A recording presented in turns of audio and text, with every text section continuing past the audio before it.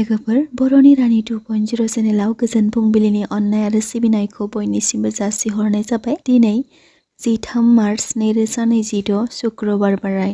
नोंथांमोना दिनैनि सानसेयारि फान्जामुथि फरायथिनाय भिडिअखौ नायनो गोसोब्ला जोबजासिम नायलांजोबबानो जाबाय आरो बेजों लोगोसे सोरबाफोर बर'नि रानि 2.0 चेनेलाव गोदानै फैदोंब्ला बर'नि रानि 2.0 चेनेलखौ साबस्क्राइब खालामना लाब्लानो जाबाय। फै दानिया मिथिना लादोनि मोनजिनै राशिफ्रा दिनैनि सानाव बोरै बारलांगोन बेनि सोमोन्दै। बेजों लोगोसे नोंथांमोना सोरबाफोर बर'नि रानि 2.0 चेनेलाव गोदानै फैदोंब्ला बर'नि रानि 2.0 चेनेलखौ साबस्क्राइब खालामना लाब्लानो जाबाय। फै दानिया मिथिना लादोनि मोनजिनै राशिफ्रा दिनैनि सानाव बोरै बारलांगोन बेनि सोमोन्दै। गिबि राशि महरै मेष राशि। राशि बादियै गोसोआव फोथायनाय बांगोन, गोसोखौ खुसि मोनखांगोन। बेफार फालांगियाव एसे एनै जेंना नुजाथिनो हागौ, जायनि थाखाय गोब्राबै नाजाथाबनाया गोनांथि। नखरारिफोरनि हेफाजाब मोननो हागोन। सावस्रि बिथिङाव गोग्गोयै बारलांगोन। नखरारि मदद मोननो हागोन। खामानि फारसे गोब्राबथिखौ सहायनो गोनां जानो हागौ। बबेबा गोजान जायगाफोराव दावबायनो थांनो हागौ। मेष राशिफोरनि दिनैनि खाफाल गोनां अनजिमाया जादों 1, 9 आरो 2 आरो खाफाल गोनां गाबा जादों गोमो आरो गोथां। वृषभ राशि। राशि बादियै सोलोंथाइ फारसे मोजाङै बारलांगोन।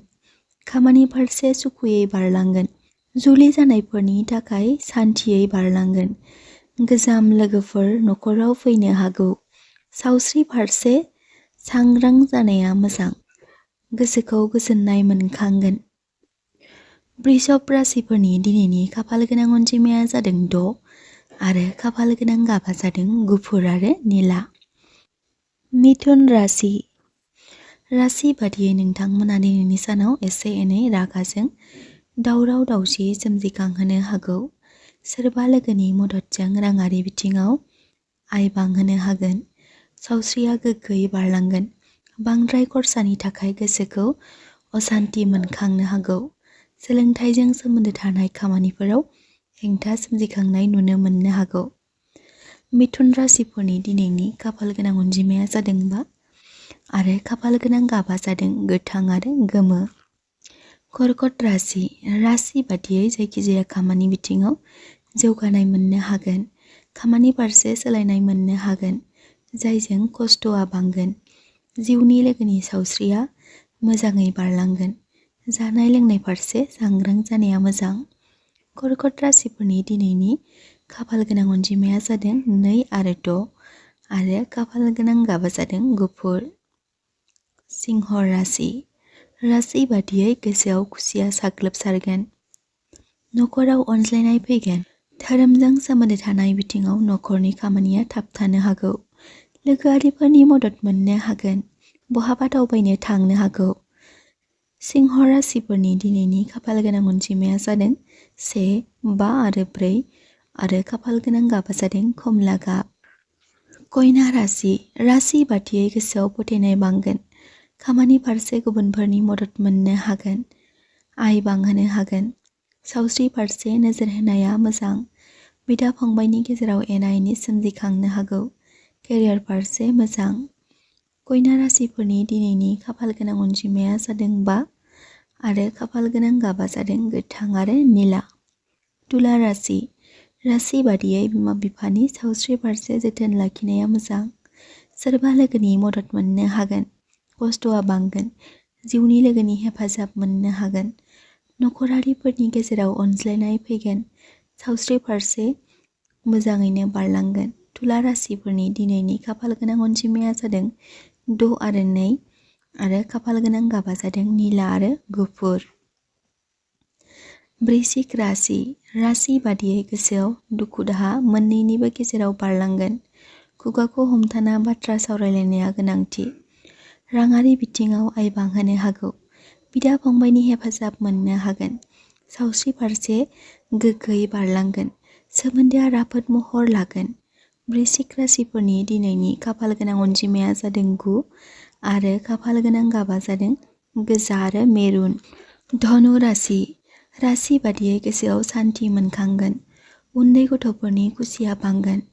नखराव अनज्लायनाय फैगोन। लोगोआरिफोरनि हेफाजाब मोननो हागोन। गोसोआव फोथायनाय बांगोन। जानाय लोंनाय फारसे सांग्रां जानाया मोजां। सोरबा गोजाम लोगोफोरनि हेफाजाब मोननो हागोन। केरियार फारसे मोजाङैनो बारलांगोन।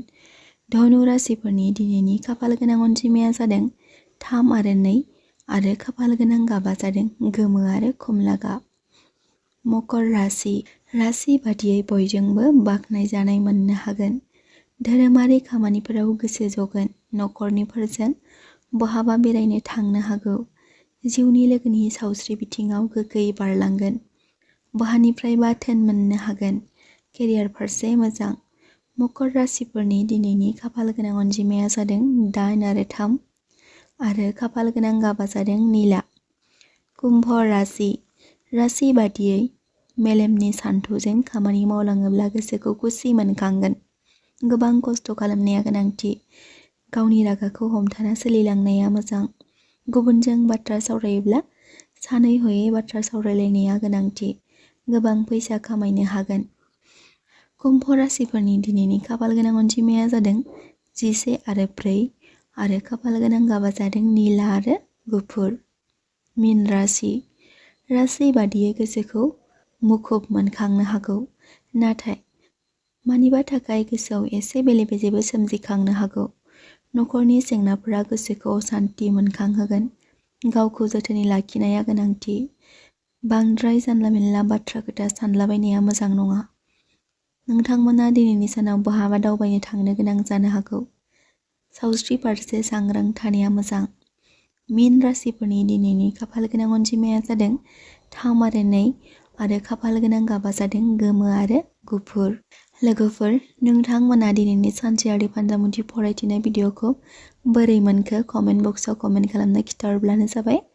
आरो बेजों लोगोसे नोंथांमोना दिनैनि भिडिअखौ जायफोरा जोबजासिम नायलांजोब्बाय बिथांमोननि थाखाय आंनि गोसो गोरबोनिफ्राय हाजासे अननाय आरो सिबिनायखौ बावहरनाय जाबाय।